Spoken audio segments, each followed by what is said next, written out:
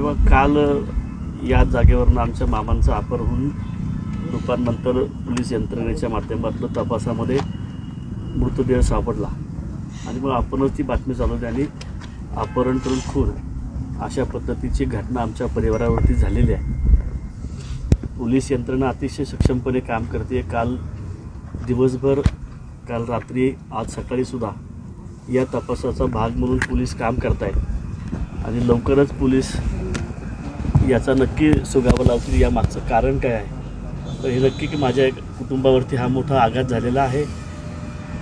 मी, माझी आई, आम्ही सगळेजण, आमचा परिवार खूप मोठ्या धक्क्यामध्ये आहोत, परंतु पोलीस खूप चांगलं सहकार्य करत आहेत। सगळी यंत्रणा लागते आहे आणि आशा आहे की लवकरच गुन्हेगारांवरती कडक कारवाई होईल आणि त्यांना शासन होईल। या सगळ्या काही तासामध्ये पोलीस याच्या सुगावा लावतील आणि मला असं वाटतं की आमचं कुटुंब आता खूप दुःखामध्ये आहे।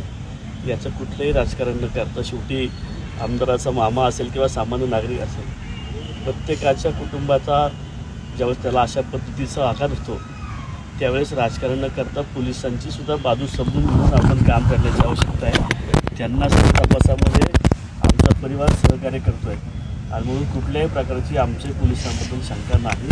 पोलीस खूप चांगल्या पद्धतीने काम करतात आणि लवकर शेवटी गुन्हेगार हा अनेक वेळा गुन्हा करत असताना सात्विक पद्धतीने काम करत असतो आणि म्हणून ही शेवटी यंत्रणा आहे।